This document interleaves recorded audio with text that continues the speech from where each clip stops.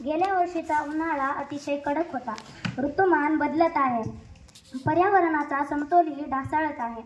यावर फक्त एकच उपाय, वृक्षतोड थांबवणे व वृक्ष लागवड करणे हे गरजेचे आहे. वृक्ष संबंधित कार्य करणारे पर्यावरणप्रेमी वृक्षमित्र आपलं ग्रीन लातूर वृक्ष फाउंडेशनचे प्रमुख डॉक्टर पवन लड्डा, ज्यांनी आपल्या कष्टाने अहोरात्र मेहनतीने आपल्या टीमला सोबत घेऊन आपलं लातूर ग्रीन केलं. आज आपण त्यांच्याशी गप्पा मारणार आहोत. चला तर मग मित्रांनो, आपण त्यांच्याशी गप्पा मारूया. नमस्कार डॉक्टर साहेब. सर्वप्रथम आपला परिचय आम्हा विद्यार्थ्यांना.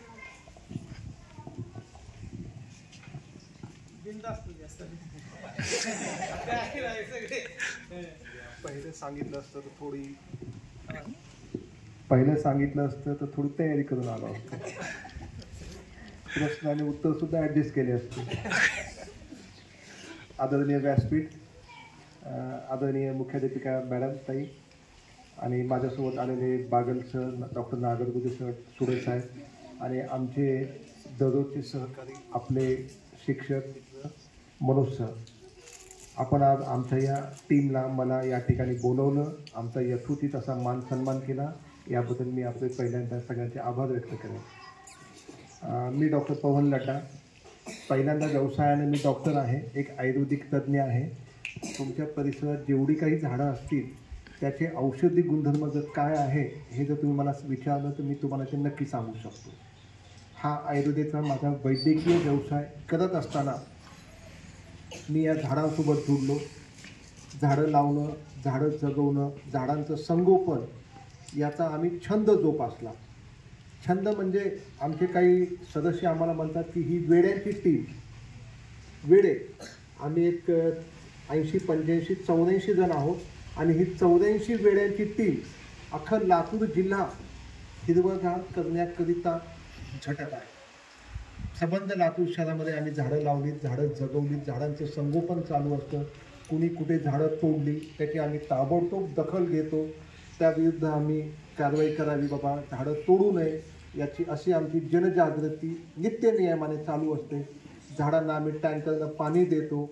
झाडांभोवतीचा केर कचरा असतं, झाडांना फांद्या सुकलेल्या असतात ते काढणं, केर कचरा काढणं, सफाई हे आमचं नित्याचं काम असतं.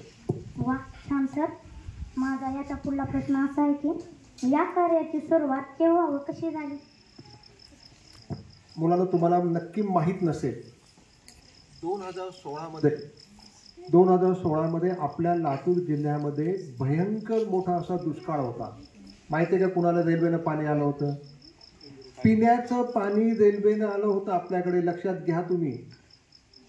आमच्या गल्लीमध्ये टँकर यायचा पाण्याचा, 200 लिटरचं पाण्याची टाकी भरून द्यायचा. 24 तास तुम्ही तेवढं पाण्यात प्यायचं, आंघोळ करायची, कपडे धुवायचे, साफसफाई फक्त 200 लिटरमध्ये. आणि ते रेल्वेचं पाणी मिरज या गावाहून आलं होतं. तुम्हाला माहीत नसेल, रेल्वेनं पाणी आपल्याकडे आलं होतं. त्यावेळेस मग विचार झाला की बाबा शहरामध्ये आपल्याकडे झाडं नाहीत, आपण झाडं लावायला पाहिजे, झाडं वाढवायला पाहिजे. आणि हा नित्य नियमाने प्रत्येक 3 वर्षानंतर आपल्या जिल्ह्यात जे दुष्काळ पडतो, पाऊस कमी पडतो, ते आपण कुठंतरी थांबवावं लागेल.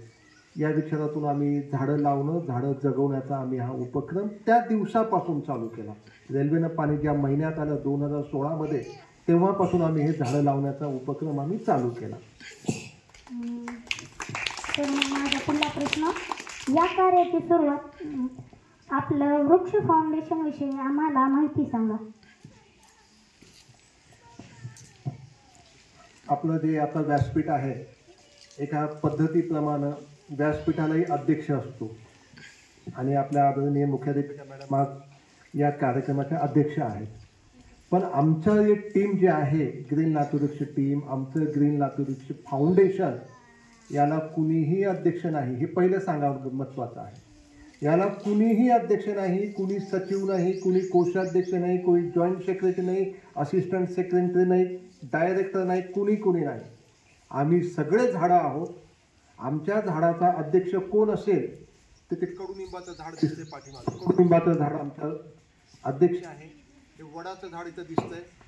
ते वडाचं झाड आमचं सचिव आहे आणि पिंपळाचं झाड जे असतं, पिंपळाचं झाड आमचं कोषाध्यक्ष.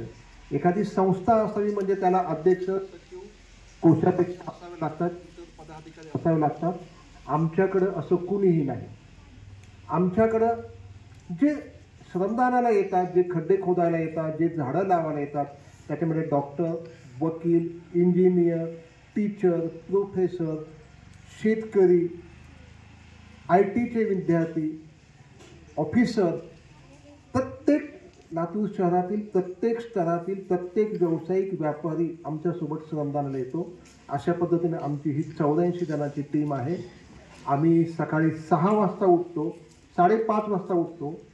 घराच्या बाहेर निघून 6 वाजता आम्ही आमचं काम चालू करतो. मग ते काम काही असो, खड्डे खोदण्यापासून, झाडं लावण्यापासून, झाडांची वाहतूक, टँकरनं पाणी देणं, दिवाळ्यांची स्वच्छता आहे, सुशोभीकरण आहे, काहीही असं आमचं काम हे अखंड असं चालू आहे. वा सर, खूपच छान.